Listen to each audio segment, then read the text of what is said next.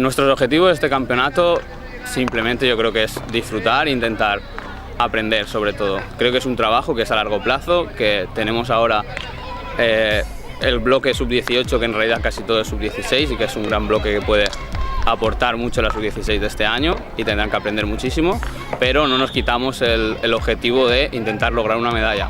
Los objetivos que tenemos este año, otros años el formato de competición era 2 grupos, de 4 cada grupo. Este año, que es grupo único, en vez de meter objetivos semifinales, el objetivo será entre los 4 de arriba, luchar por tercer y cuarto, o ver si les podemos rascar algo a Cataluña y Madrid. Va a ser bastante difícil, pero a ver a quién le podemos rascar algunos puntos y cada partido jugar como una final. Un campeonato en tu ciudad siempre es muy importante.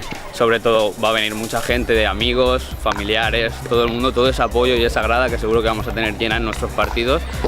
Motivará mucho a las jugadoras y seguro que es un jugador más dentro del campo y podemos aguantar un poco más o compensar ese físico que tenemos de niña más pequeña contra las más mayores.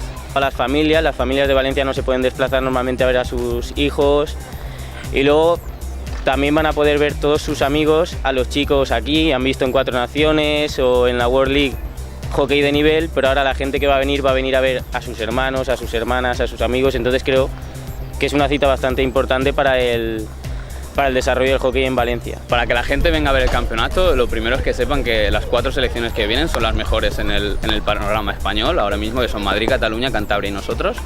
Y seguro que será muy bonito de ver porque habrá un nivel bastante alto. Yo le digo a todo el mundo que venga a ver todos los partidos, tanto de chicos como de chicas.